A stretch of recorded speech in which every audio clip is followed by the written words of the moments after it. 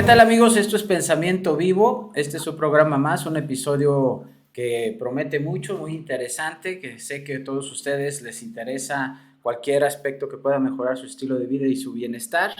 Y bueno, hoy tenemos a un invitado que nos va a hablar de algo que tiene también ya muchos años y que últimamente también tiene una tendencia de poder usarse como una herramienta de autoconocimiento y una herramienta de evolución, tanto en lo personal, las parejas, las empresas y todo. Y bueno, vamos a conocer más adelante. Y quiero presentar a Enrique. Enrique, ayúdanos para que te conozca el público. ¿Quién es Enrique de profesión y quién es Enrique también en cuanto al ser humano por ahí?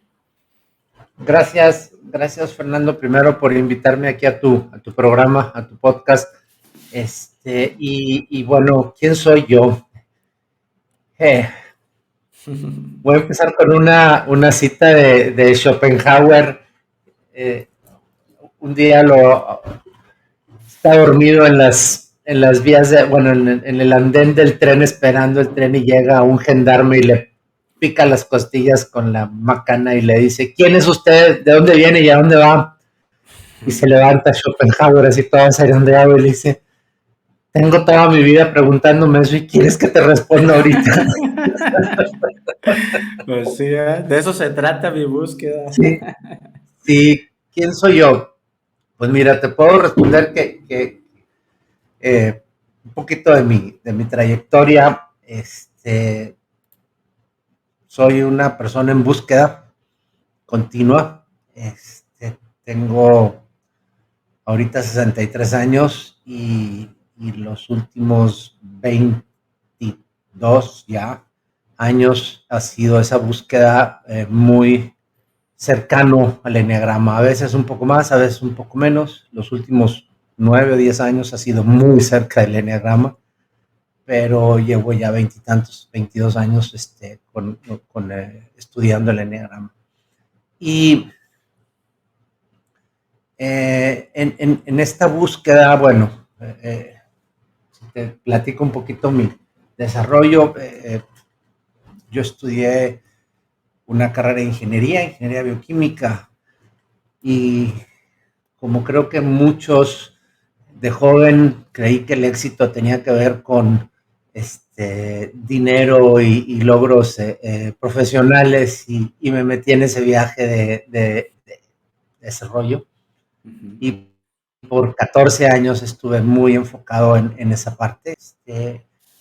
Ahí estaba trabajando, pero yo no estaba vibrando ahí completamente. De hecho, yo digo que ahí me estaba muriendo. Sí.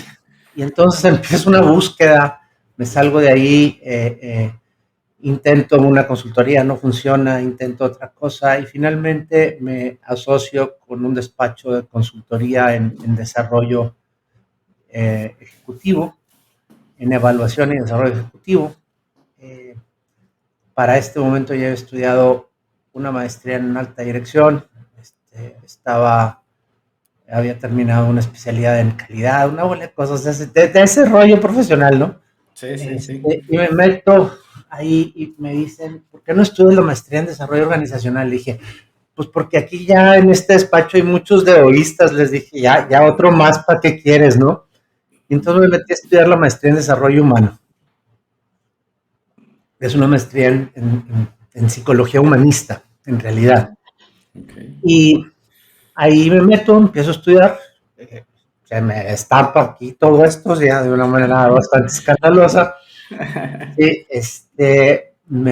me termino mi maestría, me preparo como terapeuta Gestalt, y en todo este proceso es donde empiezo a conocer herramientas como el eneagrama. Del eneagrama lo empecé a conocer de lado. No entré así de lleno, lo conocí por un amigo y gente que había estudiado con Claudio Naranjo, y tomé algunos cursos con ellos, y empecé cada vez a entenderle más que entenderle, a no entenderle, diría yo. Sí, porque creo que como todos los que empezamos a estudiar el eneagrama, entramos así como: ¿qué eneatipo soy yo? ¿Cuáles son mis mis rollos y qué tengo que hacer para mejorar, ¿no? Ese tipo de cosas que son bien típicas en el estudio del enneagrama. Y Ujú. poco a poco fui encontrando que realmente es una filosofía de vida, es una aproximación existencial a muchas cosas. Y junto con esto he seguido desarrollando ya durante 24 años mi carrera como terapeuta, mi trabajo en la consultoría en el aspecto de procesos humanos, en algo de organizaciones, cada vez menos, porque la verdad me llama mucho más la atención trabajar con el ser que trabajar con las organizaciones. Como Y que, como que la empresa de repente me toca que vas y como que dices, no, ya no quiero estar aquí. fíjate que sí, sí, no, porque hay cosas muy padres en la organización, pero es cada vez menos, o sea, cada vez es más difícil, más bien dicho, encontrar ese aspecto de conectar, porque usualmente, o sea, esta parte, yo lo entiendo, bueno, son organizaciones que están enfocadas hacia la productividad, hacia un reporte financiero cada tercer mes que le diga a los accionistas ya la bolsa que van bien y que todo esto, bueno, pues, obviamente están enfocados a otras cosas, ¿no? Y muy respetable eso y qué bueno que alguien se encarga de eso porque pues alguien se tiene que encargar de la economía, ¿no? Yo no estoy peleado con eso, simplemente digo, ah, caray, yo no estoy ahí vibrando del todo, ¿no? Y hay proyectos que agarro dentro de la organización que me siguen interesando. Ahorita estoy en un proyecto que llevo 14 años con ellos, en donde le invertimos un poco a la conciencia de las personas, ¿no? Entonces digo, ándale, eso sí me llama la atención, ¿no? O sea, esa parte me atrae. Como a manera Entonces, de consulta y coaching, me imagino, ¿no? Como para ir guiando las potencialidades de cada una de las fíjate que es personas. un taller que se diseñó, estas personas son unos muy cuidadosos del aspecto de la seguridad, tanto de las personas que trabajan dentro de la organización como hacia afuera.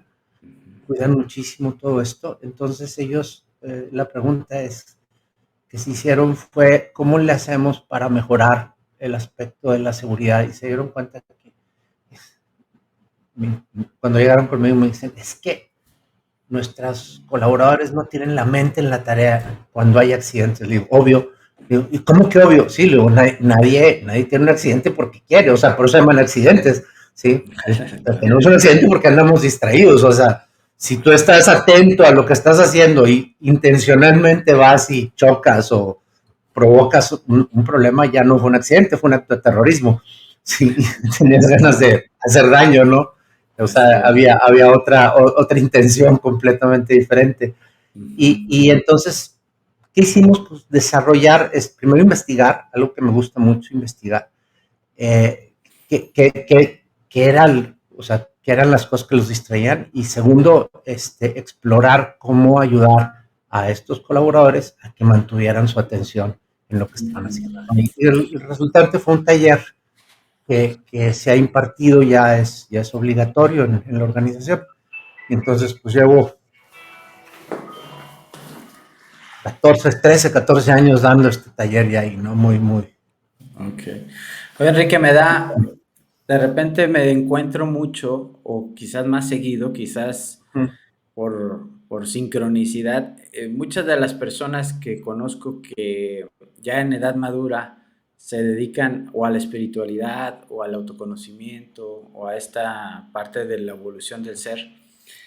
Muchos eran de bases científicas, es decir, yo soy ingeniero también, ¿Eh? entrevisté a otro compañero que también es ingeniero, tú eres ingeniero, o sea, y hay una constante, esta constante de caer presa en la sociedad, de querer hacer las cosas como dicen, y irnos por lo material, y tienes que estudiar algo por acá, y de repente algunos, porque no todos, nos damos cuenta de que estábamos equivocados, de que era, a lo mejor nos iba bien en algo que no nos gustaba hacer y de repente tienes que tomar esa decisión de darle un giro, en este caso, a la parte humana, ¿no? Yo también empecé dando cursos para empresas después de que me salgo como consultor, porque pues era lo que sabía hacer.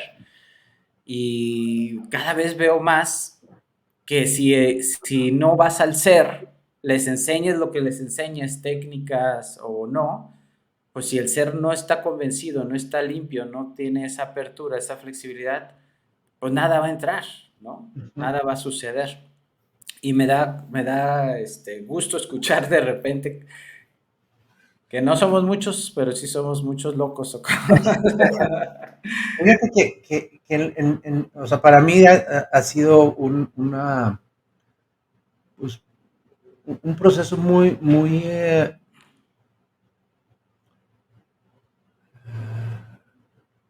Desafiante será, porque luego desafiante. las personas, tú tienes una identidad comprada con mucha gente y de repente te ven y ahora qué andas haciendo y luego pareciera, no sé si la impresión es esta, Ajá, que se subestima en qué estás metido, ¿no? Como sí, que no lo toman tan en serio. sí, ha sido, en ese sentido ha sido desafiante. También fue, digo, para mí el cambio fue radical y fue una depuración enorme, fue una crisis muy fuerte, fue un momento en donde dejar todo lo anterior y empezar de nuevo a mis 40 y tantos años no estuvo divertido en ese sentido, pero no me arrepiento ni un minuto de haberlo hecho. Es la verdad. Creo que fue la decisión correcta. Fíjate que esto que comentas, creo que tiene que ver con algo muy importante. Creo que todos los caminos nos conducen a este conocimiento del ser, no hay manera, o sea, eh, tú ves científicos como David Bohm, como Schrödinger, que eh, llegan a un punto en donde dicen, hay algo más, este, Sí. tenemos que, o sea, y ese algo más, eh, podemos hablar de una espiritualidad atea en el científico, pero también están explorando esta parte, ¿no? Uno de los mejores libros de diálogo, de comunicación, lo escribe David Bohm, un científico físico, que se mete a esta parte del ser, ¿no? Y su teoría de los campos implicados y todo esto es interesantísima abordarla, ¿no? Y conocerla. Entonces, creo que esta necesidad, esta hambre que hay de conocimiento, que no es de todos, o sea, no todos los ingenieros o científicos la tienen. Creo que en todas partes hay sistemas de creencias muy fijos y dentro inclusive de la espiritualidad también que no te permiten un crecimiento, un desarrollo. Pero me parece que en la medida en que nos abrimos a reconocer que hay más y que eh, nuestra esencia es seguir buscando, esa búsqueda inevitablemente nos lleva a esto. Es inevitable. Ya sea por el lado de la ciencia y de lo físico, ya sea por el lado de lo sutil y lo espiritual y lo metafísico, pero finalmente acabamos dándonos cuenta que hay una necesidad de explorar esta parte. Y el Así es. ser es la esencia de toda esta exploración. Dicen por ahí que hasta los ateos necesitan de Dios para ser ateos. Pues es que el ateísmo es la negación de Dios, ¿no? Así es, entonces, Entonces, pues lo necesitas al menos para negarlo. para negarlo. Yo por eso prefiero más el término de agnóstico, Agnósticos. escéptico y de seguir, porque para mí es mucho más significativo porque implica seguir en la búsqueda, seguir en la búsqueda Así de, es. porque no tengo las respuestas y la verdad es que no las tengo. Sí, Así es. las sigo buscando. Enrique, hablemos del eneagrama. ¿Qué es Hablemos el de, eneagrama? híjole, ¿Cómo empezar para explicarle a las personas que por primera vez escuchan el término qué es el eneagrama, de dónde nace o cómo lo ves tú hoy después de tantos años de involucrarte y no como un test de revista? A ver, sí, platica. mira, para mí el enneagrama es una, Es un conocimiento que tiene que ver con el desarrollo de nuestro potencial, con el desarrollo de nuestra, el despertar, más que del desarrollo, con el despertar de nuestro potencial. El enneagrama es un conocimiento muy, muy, muy antiguo. Quienes se han metido a estudiar la historia del enneagrama lo ubican con los caldeos hace 4.600 años, una cosa así. En su origen ya había esta como intento por comprender el concepto del número 9, y el número 9 era esta totalidad de la realidad, etcétera, y desde ahí se ha venido desprendiendo muchísimo. Pero lo que conocemos hoy como enneagrama, lo que nosotros tenemos hoy, especialmente en Occidente como enneagrama, son básicamente dos corrientes. Voy a primero a poner eso y luego voy a hablar para mí qué es el enneagrama, ¿sí? El enneagrama, lo primero que empieza a llegar del enneagrama a Occidente llega por un señor Gurdjieff, Gregory Gurdjieff, en armenio de origen, ¿sí? Allá por finales del siglo XIX, principios del siglo XX, ¿sí? Y este señor llega básicamente a Rusia, se involucra con centros teosóficos, especialmente con otra persona, Ouspensky, que fue otro gran promotor del enneagrama, ¿sí? Y entre ellos dos empiezan a desarrollar todo una escuela de conocimiento, de conocimiento en donde muchos más empiezan a involucrar. Bennett, Orash, Tomás y Olivia Hartman, y muchos más. Más adelante otra mujer, Janine de Salzman, que es finalmente la que hereda todo el conocimiento de Gurdjieff, porque con Ouspensky luego viene un rompimiento muy fuerte entre Gurdjieff y Ouspensky, al grado que no se vuelven a hablar en décadas. Y eso, Ouspensky es quien da continuidad como la del Cuarto Camino, ¿no? La escuela del Cuarto Camino que después así le pone a ciertos. Ouspensky es el que logra emigrar a los Estados Unidos y funda las escuelas del Cuarto Camino, efectivamente.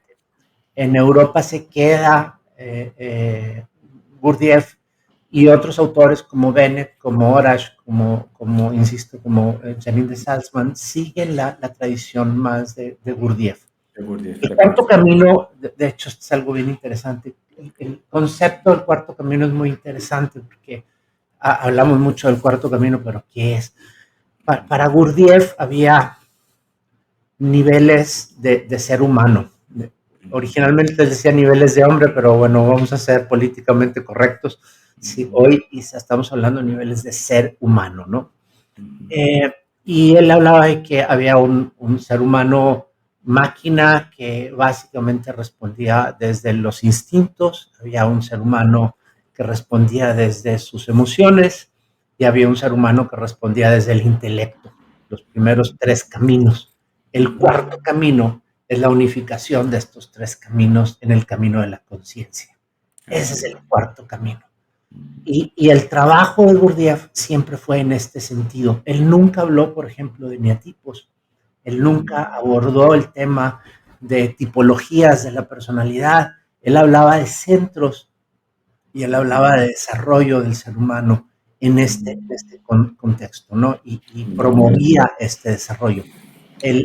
Las enseñanzas que vienen de Gurdjieff van más encaminadas a este camino de integración del centro visceral, el centro emocional y el centro intelectual, de tal manera que se puedan unificar en un centro de conciencia que le permita al ser alcanzar ese cuarto camino o llevar ese cuarto camino. Que todavía hay otros tres caminos más elevados, ¿no? Tres niveles de ser humano más elevados. Entonces, este conocimiento llega efectivamente bueno, de Rusia con la guerra civil rusa, y todo esto, andan luego migrando, acaban en Francia. Gurdjieff nunca pudo entrar a Inglaterra por problemas ahí de que decían que era espía ruso y no sé qué rollo. Entonces, hay una bola de chismes bien raros que están interesantes así como para una plática de café. La cuestión es que Uspensky es el que migra hacia Estados Unidos y es el que logra esta divulgación en los Estados Unidos. No junto con otros, pero Uspensky fue la cabeza. Y más o menos a mediados del siglo pasado, los finales de los 50, llega un tipo que se conecta con algunas personas en los Estados Unidos, sí, de nombre Oscar Ichazo. Oscar Ichazo trae conocimiento del eneagrama desde los sufis, ¿sí? Desde la corriente sufi, que son estos místicos del Islam, ¿sí? Y él es el que trae el conocimiento del eneagrama de la personalidad. Okay. Empieza a haber una serie de talleres que duraban de inmersión total al menos 30 días, ¿sí? Y ahí Claudio Naranjo, Helen Palmer, Rizzo, Hudson y todos estos grandes autores se involucran y empieza la divulgación del eneagrama de la personalidad. Okay. Sí, hay una tercera corriente que se sabe poco, pero parece ser que los jesuitas tenían conocimiento del eneagrama desde el siglo XVI, probablemente, pero lo guardaban como algo, como un conocimiento hermético dentro de la orden, y mucho después empezó a salir su conocimiento del eneagrama, lo que los jesuitas tenían.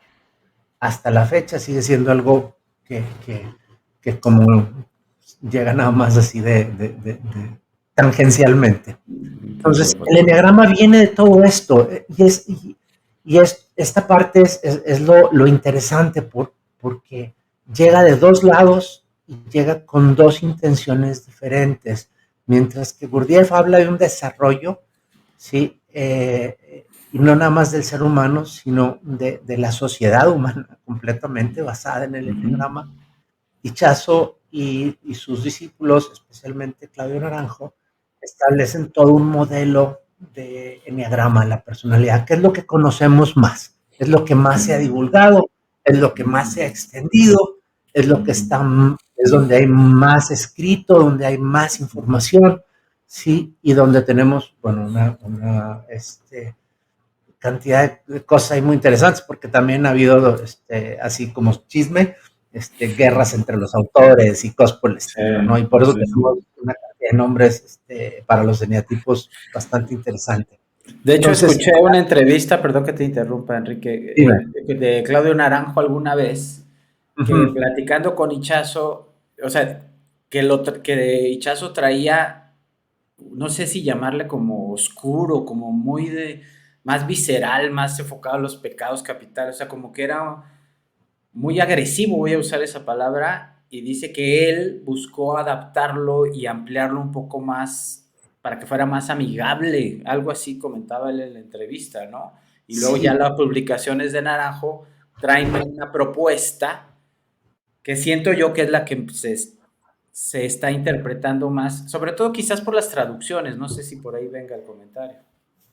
Mira, sí, yo una de las cosas que pongo mucho sobre sobre la mesa, perdón, del eneagrama, es esta,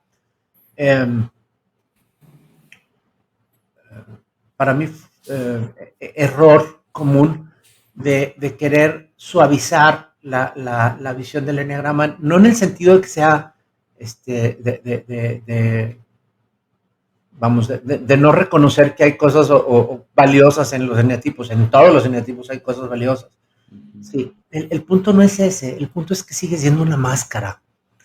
O sea, el eneatipo es una construcción del ego que nos ayuda a operar o a funcionar en un entorno determinado, dadas ciertas circunstancias de desarrollo que hemos tenido.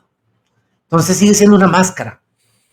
Y como tal, bueno, pues si quieres usarla, úsala, y yo uso la mía, tú usas la tuya, pero date cuenta que es una máscara, y que quien está usando la máscara es el ser, la esencia, y la búsqueda de la esencia, eso para mí es lo más rico y lo más importante de todo el estudio del eneagrama.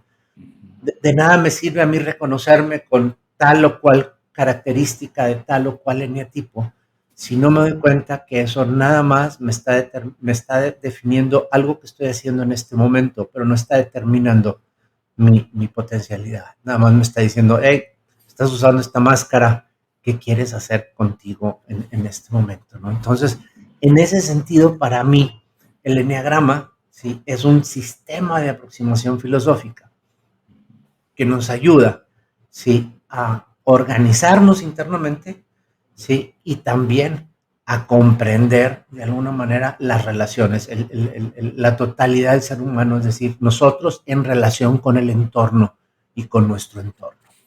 Sí, lo que busca el eneagrama es que haya una integración del ser, no que acabemos desintegrados en 9 eneatipos y 27 subtipos y no sé cuántas más variaciones, sino al contrario, date cuenta que todo eso no son más que formas de representaciones que tienes, que tu esencia es algo mucho más integrado, y eso es lo que busca el eneagrama.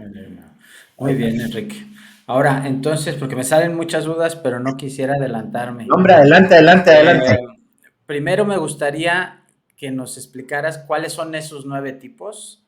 ¿Ok? Y ya después la pregunta, para que no se me vaya, igual la voy a dejar aquí de una vez en paréntesis para contestarla más adelante, es, ¿somos un eneagrama, un tipo, o no sé cómo le llaman, un tipo de personalidad como máscara, pero realmente tenemos otro como esencia, o es el mismo pero no está desarrollada? Esa es la duda que me...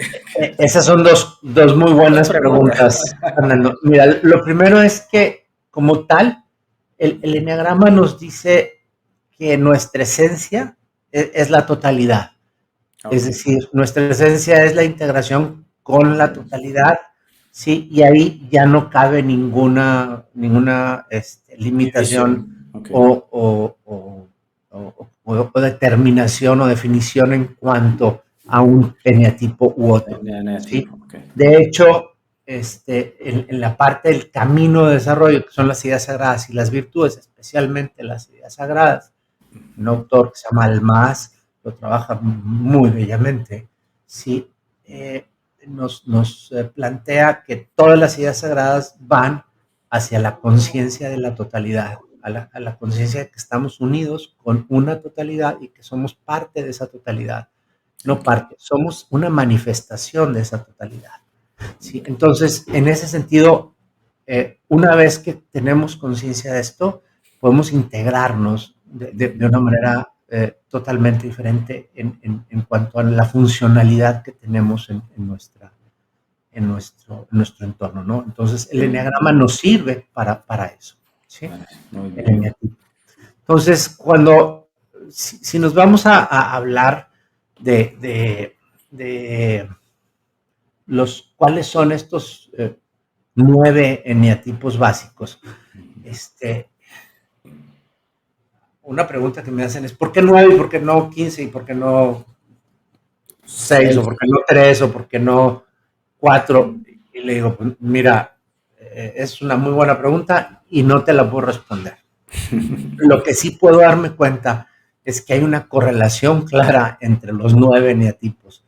Sí, por darte una idea, entre los eneatipos del lado derecho del eneagrama y del lado izquierdo, si los estás viendo de frente, los del lado derecho son eneatipos que tienden más al aspecto emocional, y los eneatipos del lado izquierdo son eneatipos que tienden más al aspecto racional, al aspecto, sí. Entonces, pareciera, cuando nos metemos así al fondo, y ciertamente es algo difícil para hacerlo en en un podcast, pero cuando nos metemos a las tripas nos damos cuenta de que sí tiene una lógica, sí tiene un orden, sí tiene un sentido el acomodo de los eneatipos en la dichosa estrella de 9 puntas, ¿verdad? Porque eso quiere decir eneagrama, eneagrama quiere decir estrella de 9 puntas o gráfico de 9 puntas, ¿no? Y bueno, voy a dar una breve descripción de estos 9 eneatipos, así como me lo estás comentando, ¿no? El eneatipo 1, lo voy a hacer relacionándolos, perdón, también a sus centros, porque hay tres eneatipos que son más bien viscerales, es decir, que su energía central es más bien la del cuerpo, ¿sí? Hay 3 eneatipos en donde su energía fundamental es la emocional y 3 eneatipos en donde su energía fundamental es la mente o la parte, sí, la parte mental. Entonces, voy a hablar de los 3 eneatipos primero corporales, ¿sí? Que son el 8, el 9 y el 1, que están en la parte superior del eneagrama, ¿sí? El eneatipo 8, ¿sí? Tiene muchos nombres, ¿sí? El nombre original ahí de Oscar Ichazo estaba relacionado precisamente con el pecado capital de la lujuria y es así como, sí, pero desgraciadamente no tiene los mismos significados esos nombres a lo que el eneagrama le da. Es una necesidad de control, una necesidad de poder. Nombres que le han puesto nombres del protector, muchísimos nombres, porque prácticamente cada autor que lees le vas a encontrar que tiene su propio nombre. ¿Sí?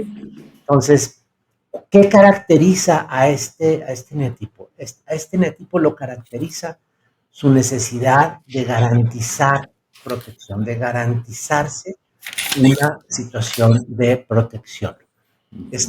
Yo les digo de ser los reyes de la colina, de estar arriba de todo y decir, desde aquí yo controlo todo. O sea, sí, de ese tipo de protección. ¿Sí? Entonces, esa es la característica de este eneatipo. ¿Sí? Al lado de él está el eneatipo 9. El eneatipo 9 también es un eneatipo visceral. ¿Sí? Nada más que su búsqueda, ¿sí? Es la de evitar el conflicto. Entonces, lo que no quiere es el conflicto. Lo que busca es, ¿cómo le hacemos para que todos estemos bien? En esta búsqueda de que todo esté bien, ¿sí? Actúa como mediador, actúa como aceptante de las condiciones externas, ¿sí? Y el detalle de esto es que muchas veces se olvida de sí mismo. Con tal de que no haya conflicto, pues mejor acepto las condiciones externas. Y el tercer eneatipo visceral o centrado en el cuerpo es el eneatipo 1. El eneatipo 1, sí, que muchos autores lo relacionan con la perfección o con la búsqueda de la perfección o de la crítica y del juicio. ¿Qué hace? También tiene toda esta energía que la convierte en crítica, o sea, es cómo le hago para mejorar al mundo o perfeccionar al mundo, ¿no? Y en esto, pues son expertos en ver el pritito en el arroz, les digo, sí, o sea, llegan a un lugar y inmediatamente ven lo que está mal, ¿sí? Y lo que se tiene que corregir. Sí, en este sentido, estos 3 eneatipos, su energía fundamental, no quiere decir que no tengan energía emocional y energía mental, quiere decir que su energía primordial o la más manifiesta es la energía corporal, ¿sí? Porque esto es algo bien importante, es que pareciera que, o sea, ningún eneatipo es excluyente del resto, ¿no? O sea, simplemente es el eneatipo que domina o la manifestación que domina en nosotros, pero no excluye la manifestación de lo demás.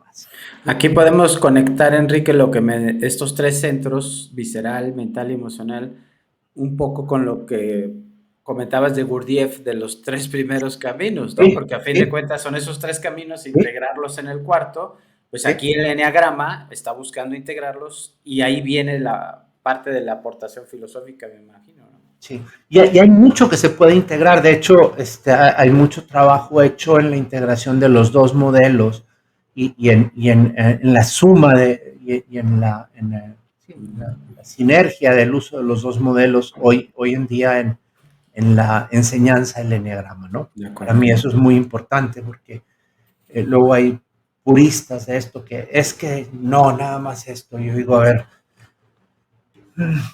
o sea, todo lo que enriquezca el ser Claro. hay que usarlo, ¿no? Hay que utilizarlo, ¿no?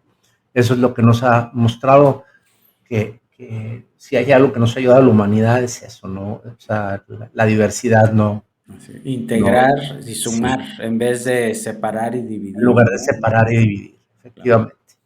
Los tres eneatipos emocionales, otra vez, su energía fundamental es la parte emotiva o funcionan más desde los sentimientos, desde las emociones, ¿no? Primero es el 2, que es un eneatipo que algunos autores le llaman el dador, el adulador, tiene muchos nombres, ¿no? Eh, este eneatipo se caracteriza por estar enfocado en tratar de ganar el amor externo en base a dar amor o darse a sí mismo, ¿sí? El punto es que no hay nada malo en esto. El problema es que se vuelve luego una compulsión y es, yo creo que el amor me lo tengo que ganar, entonces si, me la paso haciendo cosas para lograr que tú me quieras, ¿sí? Y ese es, empieza a haber una distorsión ahí interesante. Y luego viene el eneatipo 3 que es muy interesante. Y el eneatipo 3 cree que la manera de alcanzar ese amor externo es a través del reconocimiento. Entonces lo que busca es el éxito. Quiere éxito, quiere cosechar éxitos. ¿Y qué hace? Bueno, lee lo que en el entorno es el éxito y entonces lo desarrolla y lo ofrece, ¿no? Entonces se vuelve muy hábil, camaleónico, diríamos, para adaptarse a esas circunstancias y ofrecer eso que en el entorno se reconoce como éxito. ¿Sí? De acuerdo. Y llegamos al eneatipo 4, que es mi fijación. De hecho, sí, el eneatipo 4, el único, el diferente, tenemos muchos nombres, ¿verdad? Nos caracteriza una insatisfacción, eh, es decir, una necesidad de ser diferentes, una búsqueda continua por nuestra autenticidad, por eso la necesidad de ser diferentes. Sí, en esto nos embarcamos en caminos a veces relacionados con lo artístico, a veces relacionados con la parte filosófica, a veces en fin, con muchas cosas, ¿no? A veces con, con cuestiones más sufrientes. Sí, el camino del 4 es bien interesante. A mí me costó 3 años los primeros 3 años de estudio del enneagrama en aceptarme como, o sea, reconocer que mi fijación era el eneatipo 4. No quería aceptar que era el eneatipo 4, pero finalmente sí. Sí. Y nos vamos a los últimos tres, que son los eneatipos mentales, ¿sí? En donde su fuerza o su energía fundamental es esta parte mental, es mentalizar, ¿sí? No confundirlo con procesos lógicos, ¿sí? No estamos hablando de procesos lógicos, porque no necesariamente, ¿sí? Estamos hablando con mentalizar, con sobrepensar las cosas, ¿sí? Sí. El primero es el sabio, el conocedor, y este es el eneatipo 5 y o sea, busca el conocimiento, ¿sí? Como una forma de regular la interacción que tiene con el entorno, ¿sí? Okay. Porque lo que tiene miedo es a disolverse en el entorno. Entonces, ¿qué hace? Busca tener y acumular conocimiento. Y pueden ser conocimientos quizá no muy valiosos, como quizás el mayor experto en hacer barquitos de papel, Sí. Sí, estoy comentando, pero él quiere saber todo sobre eso, ¿sí? El Ok. eneatipo 6 es el inseguro, es el leal también. Y el eneatipo 6 tiene esta cualidad del miedo que lo impulsa, que lo mueve, que lo transforma. Eh, el eneatipo 6 es uno de los enetipos más complejos, tiene muchas formas de manifestación. De hecho, desde mi perspectiva, el miedo es el origen de todo lo demás. Entonces también se confunde con muchos otros eneatipos a veces. El eneatipo 6 eh, es, eh, es un eneatipo que tiene básicamente dos formas de manifestarse. Una, le llamamos fóbico, en donde tienen miedo y se busca proteger de lo que la amenaza. Y otra, contrafóbico, que va, o sea, le da miedo el miedo y entonces va y lo enfrenta. Sí, entonces a veces te encuentras en eneatipos 6 que asumen situaciones de riesgo y que, por ejemplo, deportistas de estos de extremos Extremos. se tiran en paracaídas desde situaciones así como dices tú, ¿qué estás haciendo ahí? Sí, probablemente sean eneatipos 6, yo no tengo esa costumbre de ponerles eneatipos a los demás porque no los conozco y porque los únicos que podemos determinar o definir nuestros eneatipos somos nosotros mismos, pero ayuda a comprender cierto tipo de comportamientos, ¿sí? Y finalmente el eneatipo 7, que es un eneatipo que vive proyectado hacia lo que sigue. O sea, es un tipo que lo que quiere es huir de lo cotidiano y de lo ya visto, y lo que quiere es disfrutar la vida. ¿Sí? Que no hay nada malo en disfrutar la vida, pero pues también hay veces que tenemos que entrarle a otras partes del entorno. Entonces, si te fijas, esta mosaico de nueve neatipos en realidad son complementos de la existencia humana, ¿sí? Y cuando los vemos de esta forma, digo, bueno, ¿y entonces qué hago yo con o sea, con mi fijación? Pues reconocerla y empezar hay dos cosas que podemos hacer. Una es desarrollar las capacidades mismas que me pueden ayudar en el mismo eneatipo, es decir, cómo puedo manifestar un eneatipo más saludable, cómo puedo acercarme de una manera más saludable al mundo, pero también puedo empezar a desarrollarme verticalmente, es decir, puedo empezar a acceder a ir integrando otras características y otras cualidades del enneagrama. Si vemos el enneagrama es un círculo con la estrella 9 puntas adentro. Ese círculo es muy importante porque nos habla de integración. O sea, la búsqueda del enneagrama es integrar la totalidad. Sí, la integración de todo. ¿Cómo darse cuenta?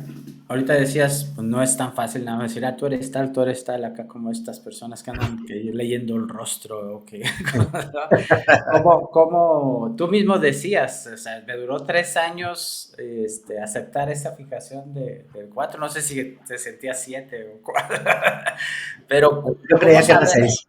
Desde que era Yo 6, creía ¿cómo que mi saber? fijación era 6. ¿Cómo saber? Yo, por ejemplo, ahorita que describes así de rapidito, como de bote pronto, como decimos aquí, coloquialmente, ¿no? Eh, que la otra vez me preguntó una compañera, ¿cómo que de bote pronto? Nunca he entendido eso. Pues es que eso viene muy de nosotros del fútbol, ¿no? De Sí. cuando te mandaban la pelota y así de bote pronto, como en O sea, cuanto, así como viene, la tienes que como agarrar, viene, sí. déjalo, ¿no? Sí, Pero claro. bueno, yo así con la descripción creo que alguna vez lo hice y creo que también soy 4 o 7. Entonces navego entre esos dos. Pero ¿cuál sería la manera más correcta? Porque tú puedes encontrarte en internet test o hay un diagnóstico. ¿Cuál es la manera de aproximarse a ver cuál es la fijación de qué eneatipo tenemos nuestra fijación? Mira, el camino es la introspección, definitivamente. Pero en esta introspección yo siempre recomiendo que te acompañes de alguien que te ayude y que te haga las preguntas correctas. Sí, porque por muy introspectivo que seas, eh, tenemos la enorme habilidad del autoengaño, entonces Sí. sí, acabamos a veces acomodando las cosas a lo que nos conviene, ¿no? Recientemente en un grupo que eh, tengo a una alumna que toda su vida tiene más de 15, 16 años de conocer el enneagrama y toda su vida ella dijo, no, yo soy tal eneatipo. Sí, y empieza conmigo a estudiar el enneagrama y eh, parte del proceso del diplomado es tener una entrevista donde hacemos una serie de preguntas que van ayudando a que te vayas dando cuenta de por dónde anda tu fijación. Sí, una entrevista individual, sí, y bolas. Después de 15 años de ella asegurar y afirmar completamente, pues se abre otra perspectiva totalmente diferente a otro nieto, ¿no? Y le movió el tapete bien cañón, ¿no?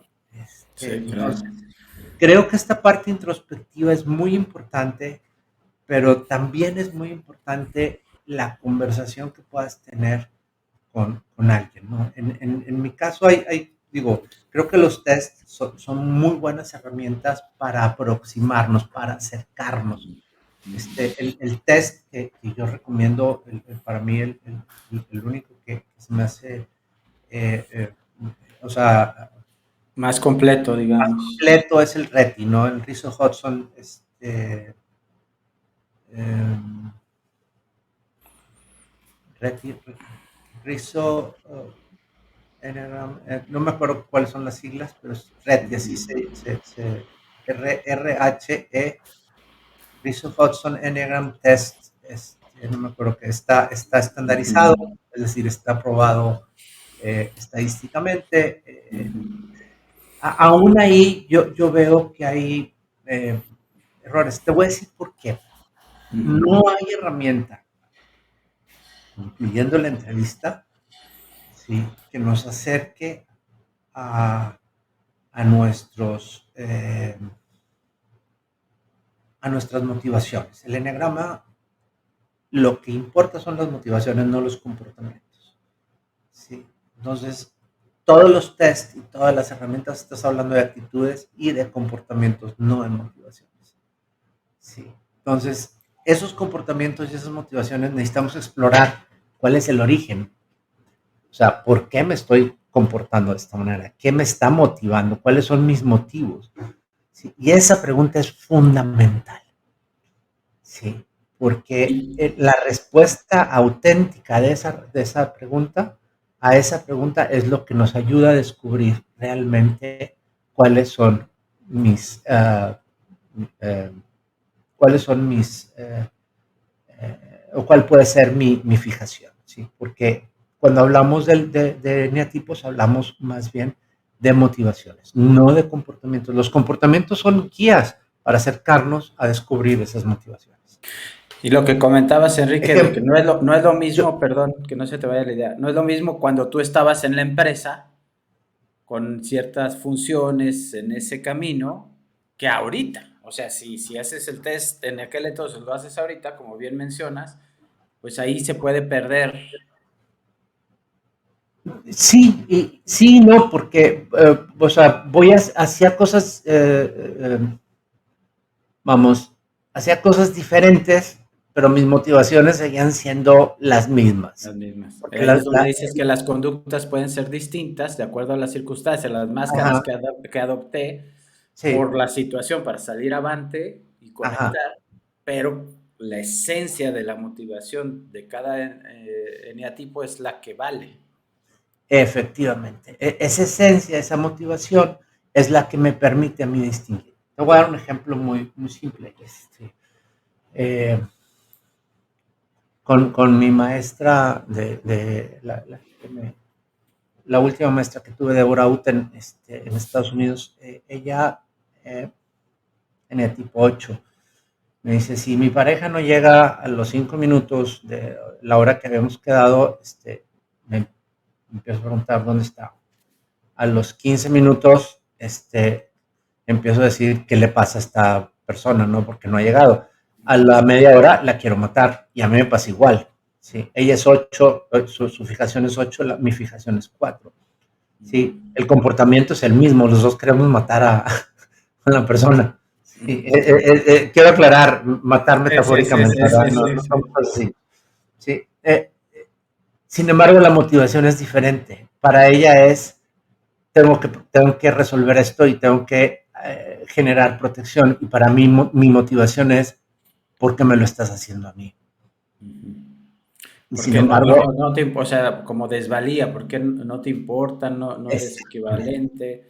Y lo otro Y es control, ¿no? es control. Entonces, la motivación, el comportamiento es igual. Tú dices, mira, Ujú. es el mismo, sí, pero la motivación es totalmente diferente. Entonces, Ah, esa motivación es la que finalmente nos dice, tú estás por acá o por acá. Entonces, yo me certifiqué con ella precisamente en el manejo de la entrevista, es la herramienta que ella utiliza. Y esta parte de la entrevista se me ha hecho muy interesante porque precisamente es una metodología para ir descubriendo las motivaciones que la persona descubre. Yo no las descubro por ellas. O sea, yo lo único que hago es ir haciendo preguntas que van evidenciando la motivación. Entonces, eso ayuda mucho en ese proceso. Si cualquier persona tiene esa conciencia de ir buscando sus verdaderas motivaciones y no se queda en los comportamientos, puede haber un proceso de introspección muy valioso, definitivamente. Enrique, comentabas que cada eneatipo tiene, bueno, ahorita me hablas de motivaciones, tiene conductas, dijiste virtudes Tiene también. virtudes. Hay cosas no tan deseables o no funcionales también ahí. La Ah, parte no visceral, porque no quiero confundir con los centros, la parte disfuncionales, benévola, digamos. disfuncional, exacto, Sí, también. Okay. sí, definitivamente. Entonces, ¿de qué se compone cada eneatipo de forma básica? O sea, Uf.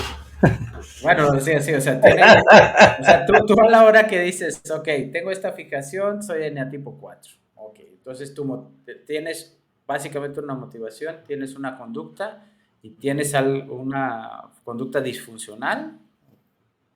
Puedes tener, o sea, puedes estar en grados de funcionalidad muy alta o grados de disfuncionalidad muy alta. ¿Sí? Todos los eneatipos tienen esta posibilidad. ¿Sí? Puede ser que un eneatipo esté o una persona esté dentro del eneatipo permanentemente en un grado de funcionalidad muy alta o permanentemente en un grado de disfuncionalidad muy alta. ¿De qué depende eso? Desde mi perspectiva, de su grado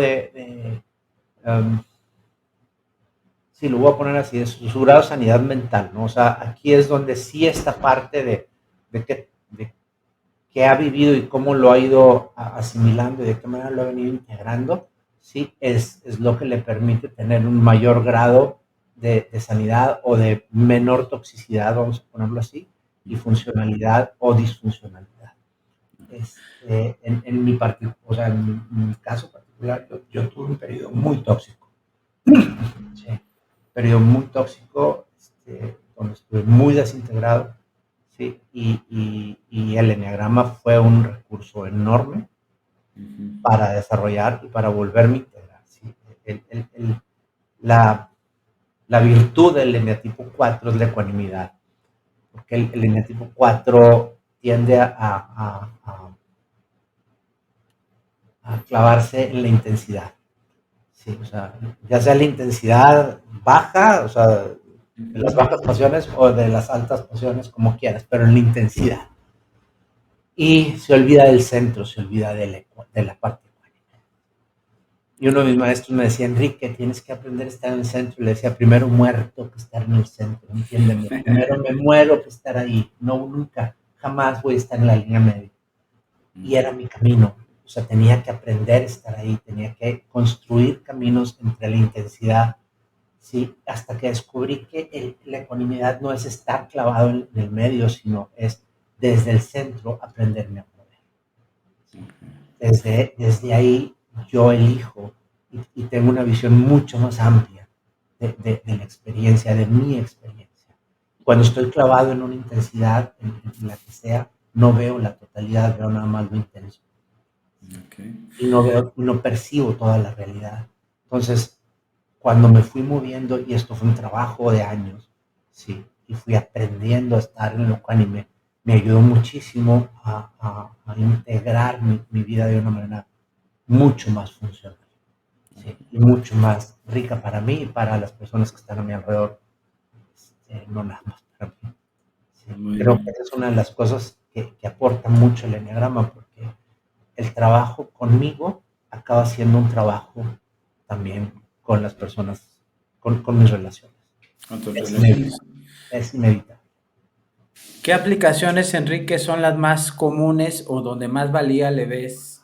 El, el, el campo por excelencia del eneagrama es el autoconocimiento, el desarrollo de tus propias, de tu propia potencialidad y de el reconocimiento de tu propio autodesarrollo. Creo que ese es el camino más evidente. Yo veo adicionalmente a esto una enorme riqueza en las relaciones humanas. Creo que el conocimiento del eneagrama y la manera en que tenemos interacciones ayuda mucho al desarrollo de relaciones sanas. Y yo lo utilizo mucho esto en mi trabajo. Y finalmente lo he visto y lo he utilizado también en la parte, por ejemplo, de integración de equipos de trabajo o procesos de orden organizacional, en donde facilita mucho un proceso de autoconocimiento de equipo, ¿no? En lugar de andar ahí tratando de explicarles por qué una persona se comporta de una manera y por qué otra, les acercas herramientas, les das cierto tipo de dinámicas basadas en el eneagrama y los eneatipos, y de pronto comprenden muy bien cómo funciona un equipo, ¿no? Entonces se pueden integrar de una manera mucho más eh, efectiva, eficiente. Entonces se vuelve algo rico en ese sentido, ¿no? Pero para mí el centro es ese desarrollo del ser, ¿no? Sí, porque al final de cuentas, tanto en un equipo, en una familia, en una convivencia o incluso de pareja, pues ya hay un entendimiento previo de qué rol sí te da y dónde no metes un círculo con un cuadrado, al menos al inicio, ¿no? Por las motivaciones diferentes, creo que pueden ocupar un mejor rol o desempeñarse mejor si están en el lugar adecuado, ¿no? En esos sentidos. A ver, no entendí ahí, perdón. O sea, me refiero que a la hora de tú ya saber cuál es tu fijación de qué eneatipo en la empresa o en la familia o en la relación, pues ya partes de un entendimiento de en dónde funcionas mejor. Sí. ¿Y cómo? O sea, ¿y cómo puedo interactuar? Porque todos los eneatipos son, o sea, me dicen, es que ¿qué eneatipos se llevan mejor con otros? Espérame, si no es astrología y que los capricornios se llevan mejor con los, qué sé yo. No, espérame, no. Todos los eneatipos se pueden llevar perfectamente con el resto de los eneatipos. Sí, el punto es el grado de conciencia con la manera en que estoy interactuando, ¿no? Sí puedo tener yo mis preferencias, pero eso ya son mis preferencias. O sea, como tal, no es una limitación del eneatipo. Es una cuestión más de cómo abordo yo mis propias limitaciones, ¿no? Entonces, esto es bien importante, ¿no? Porque no hay tal cosa como esto me limita o esto me desarrolla, pues por el estilo. Sí, con otras personas. Entonces, a manera de ir concluyendo, la intención sería, si alguien se quiere involucrar, es primero acercarse con alguien que sabe, buscar que tenga toda esta evaluación de entrevista, de test, etcétera, saber ya cuál es mi eneatipo y ahí inicia ahí apenas mi desarrollo, mi conocimiento para ser lo más funcional dentro de mi eneatipo y el siguiente paso sería ya la integración con los demás. ¿Sería más o menos el camino? Ir integrándome con el resto de lo que me ofrece todo el eneagrama como desarrollo y crecimiento, efectivamente. ¿Sí? Okay. Muy Entonces, bien. para mí, digo, yéndome ahí a la enseñanza budista, Buda habla de que hay que tener pues, la práctica o sea, la filosofía o la enseñanza, la comunidad, sí, y el maestro. Para mí, esas tres cualidades siguen siendo fundamentales, ¿verdad? En cualquier proceso de aprendizaje. Enrique, pues te agradezco mucho. Siempre al final les hago una pregunta a mis invitados y bueno, te va a tocar esta vez a ti. Okay. Y la pregunta es, ¿cómo te gustaría que te recuerden?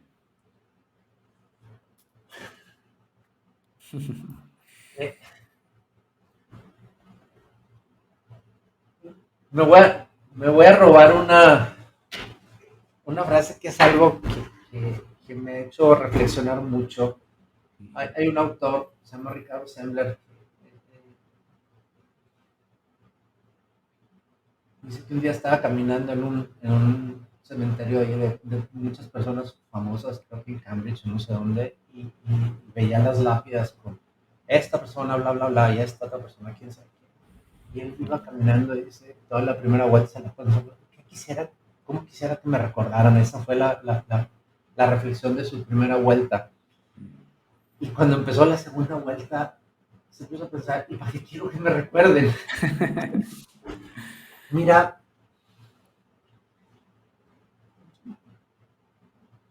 yo creo que esta necesidad de ser recordado es una necesidad del ego. Sí.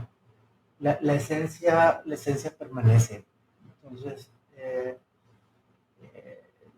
desde mi perspectiva, creo que no tengo tanto interés en ser recordado, sino en que en vida haber dejado algo valioso para con quienes he integrado. Y mi misión, más que misión, no me gusta el término, mi propósito es ayudar a curar las heridas sutiles en el mundo, ¿no? Las heridas que nos hemos hecho en el campus. Y en eso trabajo, sí, pero eso para mí es en el presente, más que en lo que puede ocurrir o no en el futuro. Y si alguien lo recuerda o no, yo sé que me lo llevo en mi corazón, en mi esencia, ¿no? Y eso es suficiente. Excelente. Muchas gracias, Enrique. Pues te agradezco tu tiempo, agradezco tu sabiduría. Es poco tiempo, obviamente. La intención es nada más acercar el conocimiento a las personas para que vayan indagando más. Vamos a dejar aquí en la descripción los datos que me proporciones, contactos, etcétera, por si alguien está interesado en aprender más, en tomar una sesión, etcétera. Todo lo vamos a dejar aquí abajo en la descripción. Y bueno, sin más nos despedimos. Enrique, agradezco mucho tu tiempo. Muchas gracias. Muchas gracias a ti por la invitación, a tus escuchas. Espero que les haya gustado y estoy de veras con mucho gusto de seguir compartiendo. Muchas gracias. Pues te agradezco y mucho éxito. Gracias. Bendiciones. Hasta luego. Hasta luego. Bye bye.